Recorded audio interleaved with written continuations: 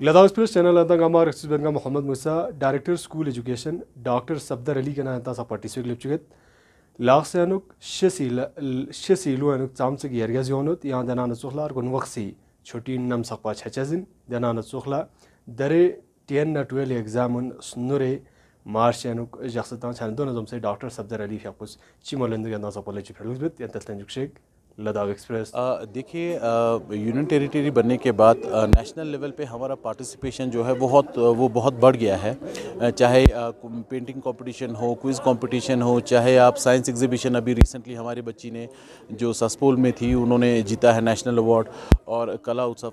अब हमारा पार्टिसिपेशन जो है बहुत ज़्यादा हमें करने को मिल रहा है। जैसे सीसी साहब पहले बता रहे थे कि पहले हमें नेशनल लेवल तक जाने के लिए बहुत JNK में बहुत कंपटीशन होता था। हमारे पास 22 डिस्ट्रिक्ट्स में हमें कॉम्पीट होके फिर फाइनली हमें नेशनल लेवल पे अपना टैलेंट दिखाने का मौका मिलता था।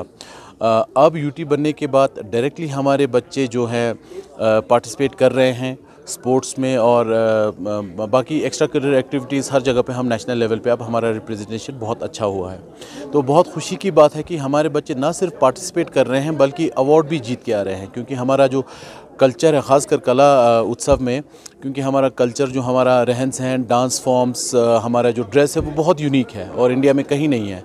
और ट्राइबल एरियाज़ में जनरली ये देखा गया है कि जो ट्रेडिशन होता है, आर्ट एंड कल्चर और बाकी डांस फॉर्म्स और बाकी चीज़ों का, वो बहुत रिच होता है। उसको हाईलाइट करने का मौका अब यूटी बनने के बाद हमें, मुझे लगता है कि बहुत ज़्यादा मैनीफोल्ड ये बढ़ गया है। तो हमारे बच्चे पार्टिसिपेट कर रहे हैं और अवार्ड भी ला रहे हैं। बहुत बहुत खुशी की बात है यूटी लद्दाख के लिए। विंटर शुरू हो रहे हैं तो विंटर वेकेशन का मांग भी आप प्राइवेट और गवर्नमेंट इंस्टीट्यूशन में रिक्वेस्ट कर रहे हैं कि जल्द से जल्द विंटर वेकेशन। जी, विंटर वेकेशन का हम क्योंकि दोनों डिस्ट्रिक्ट को ये अपना डिसाइड करना होता है, हम दोनों डिप्टी कमिश्नर्स के साथ बैठेंगे फाइनली, क्योंकि ये जो ऑर्डर है आता है छुट्टियों का, वो office of the deputy commissioners आता है।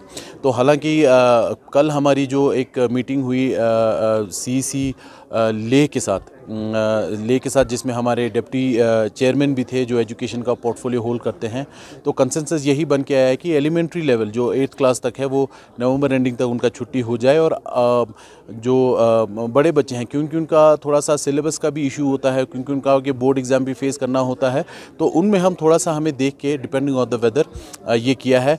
ऑल दो इसका जो फाइनल डिसीजन है वो रिटर्न में वो DC's ऑफिस से होगा। हमारा ले में ये कल मीटिंग में ये हुआ था, ये कभी भी आ सकता है ये जो ऑर्डर है। करगिल में अभी हमें DC's के साथ और काउंसिल्स के साथ बैठ के डिसाइड करना पड़ेगा। होपफुली करगिल में भी जनरली जो है ले और करगिल दोनों में एक ही डिसीजन देखने को मिलेगा, हमारी यही उम्मीद है। सर, अभी ट्रांसफ़र पॉलिसी को देखा जाए तो कितना अभी सिस्टमाइज हो चुका है? ट्रांसफ़र पॉलिसी एक बहुत मतलब काफ़ी टाइम से एक इशू रहा है। तो एक अभी हमने रिसेंटली जो यूटी लद्दाख डे पे एक सॉफ्टवेयर लॉन्च किया है, जो ऑनरेबल LG साहब ने लॉन्च किया था।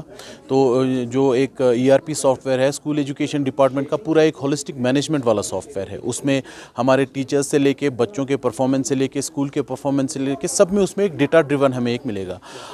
हम उस जो ट्रांसफ़र पॉलिसी है उसमें हम होपफुल हैं कि वो हम ट्रांसफ़र पॉलिसी भी उसमें ले आए ताकि ट्रांसपेरेंट हो जाए। फॉर एग्जांपल, ट्रांसफ़र जो उसमें मॉड्यूल है, ट्रांसफ़र मॉड्यूल, उसमें टीचर्स का नाम होगा और कहाँ उनका हिस्ट्री ऑफ पोस्टिंग पूरा होगा कि कहाँ का उन्होंने पोस्टिंग लिया है। फिर उनका जो मार्किंग सिस्टम है कि अगर दूर दराज के हैं तो मार्किंग सिस्टम जो है पूरा होलिस्टिक वहाँ पे आ जाएगा। तो एक क्लियर एक ट्रांसपेरेंसी आ जाएगा। तो फाइनली जो टीचर्स का जो ट्रांसफ़र होता है वो काउंसिल्स से ही होता है, लेकिन एक उनको एक टेम्पलेट मिल जाएगा कि जो एक क्लियर जो है ट्रांसपेरेंट मिल जाएगा। हम उनको भी लॉगिन ID पासवर्ड वगैरह दे के सब उस सॉफ्टवेयर में ऑन बोर्ड हो जाएंगे। तो बाकी जो है हमारे हेड मास्टर्स के पोस्ट अभी कुछ हैं जो हमारे अभी ट्रांसफ़र्स होने बाकी हैं, वो हमने मिनिस्ट्री को कमिट किया है कि विदिन 1 और 2 मंथ्स हम ये सारे पोस्ट जो हैं वो फिल करेंगे। रही बात जो हमारे टीचर्स रिक्रूटमेंट का, जो अभी ले और करगिल दोनों में हमने DC's को जो है वो कर दिया है। हमारे काफ़ी स्कूल एजुकेशन से लगभग 300 साढ़े 300 के अराउंड जो है दोनों डिस्ट्रिक्ट को मिला के हमारे रिक्रूटमेंट जो है पोस्ट जो है वो निकल के आ रहे हैं। अब कुछ क्वेरीज DC's की तरफ से आई हैं, वो हम उसको फुलफ़िल करके ये पोस्ट भी रेफ़र हो जाएंगे। उसके अलावा जो हमारे जो हमारा जो गेस्टेड पोस्ट का रिक्रूटमेंट रूल्स है वो भी हम फ्रेम करेंगे। होपफुली जैसे वो फ्रेम हो जाएगा वो भी नोटिफाई होकर पब्लिक डोमेन में आ जाएगा, फिर उनके कमेंट्स के बाद ये फाइनली नोटिफाई हो जाएगा। उसके बाद हम लेक्चरर्स वाला पोस्ट भी जो हमारे जो अभी हमने कॉन्ट्रेक्चुअल पे अभी हमने लिए हैं, तो वो वाला पोस्ट भी आफ्टर कमिंग, क्योंकि वो इसलिए नहीं कर पा रहे थे हम, क्योंकि हमारा गेस्टेड पोस्ट जो है रिक्रूटमेंट रूल्स फ्रेम नहीं था, क्योंकि वो थोड़ा सा टाइम कंज्यूमिंग है। हमें हर चीज़ के बारे में सोचना होता है, अच्छे से उसको करना होता है कि वो लेटर ऑन लिटिगेशन में ना जाए।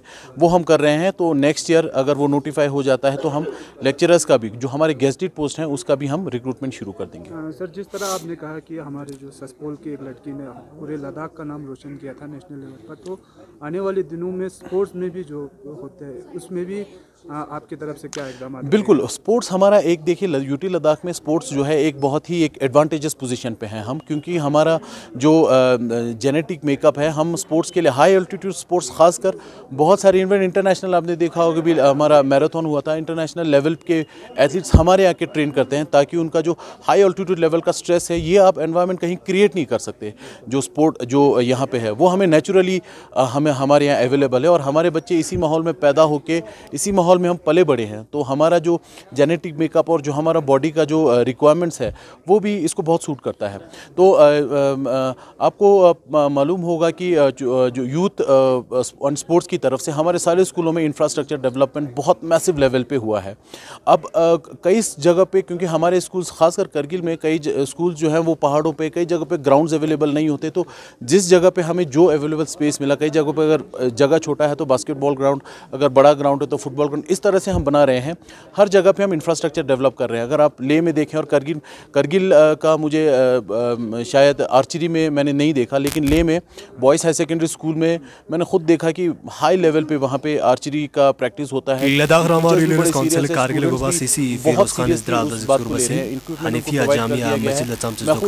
बच्चे सुबह सुबह असेंबली से पहले 8-9 बजे आके प्रैक्टिस करते हैं, वो उनको एक्स्ट्रा वो प्रैक्टिस करते हैं। टीचर्स भी डेडिकेटेडली आते हैं। उसके बाद छुट्टियां होने के बाद भी वो एग्जीक्यूटिव इंजीनियर पीडीडी अफ्ताफ हुसैन, हमारा जो हमारा ट्रैक एंड फील्ड हमारा इवेंट्स है, क्योंकि अब दोनों डिस्ट्रिक्ट्स में बहुत अच्छा एक हमारा एस्ट्रोटर्फ जो है स्टेडियम बन गया है।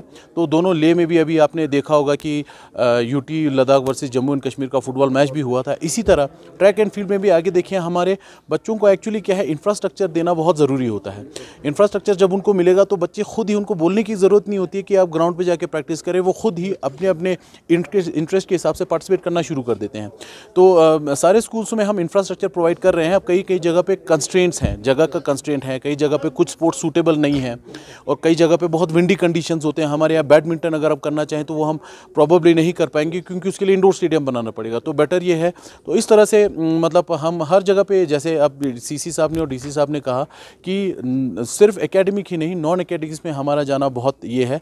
हमारे जो नेचुरल जो एडवांटेजेस हैं हमारे लद्दाख की यूथ का, उसको लिवरेज करना बहुत ज़रूरी है। सर, एक लास्ट क्वेश्चन सर, अभी रिसेंटली न्यूज़ आया है 10th और 12th जो बोर्ड एग्ज़ाम होते हैं एक्सटेंड किया है, क्या इससे बच्चों पे कुछ असर नहीं पड़ेगा, क्योंकि उनके आधे साल जो है ज़ाया हो रहा है? 10th and 12th board exam का जेके बोर्ड के सर हमने ये डिसीजन लिया है कि अब हमारा सीबीएसई में ट्रांजिट हो गया है, तो नेक्स्ट ईयर 2024 में हमारे पहले जो बच्चे हैं 10th और 12th के, वो बोर्ड एग्ज़ाम फेस करेंगे। अभी जो रिसेंटली जो आप कह रहे हैं, मुझे उसमें देखना पड़ेगा कि एक्चुअल में वो है क्या, नोटिफिकेशन क्या कहता है, अगर वो आया है तो, because I have not seen that, मैं उस पर कमेंट नहीं कर पाऊँगा। अदरवाइज़ जहाँ तक हमने ये डिसीजन लिया है, कोई इस तरह से मतलब बच्चों का जो 3-4 महीने का जो वेस्ट होता है वो उसका कोई वो नहीं है। हाँ, सिर्फ ये है कि जो 10th क्लास में जो बच्चे जाएंगे उसमें दो जो है क्लासेस बनेंगे, ओल्ड 10th और न्यू 10th करके, तो यही सिर्फ डिफरेंस आएगा। अदरवाइज़ अब हमारा जो है पूरा जो करिकुलम जो है नेशनल लेवल पे सिंक होगा, ताकि हमारे बच्चे जैसे सीबीएसई का एग्ज़ाम दे, उसके बाद नेशनल लेवल पे कॉलेजेस के जो एडमिशन है वो शुरू हो जाते हैं। तो जैसे ही वहाँ पे हमारे बच्चे यहाँ से वो एग्ज़ाम देंगे तो वहाँ पे एडमिशन शुरू हो जाएगा।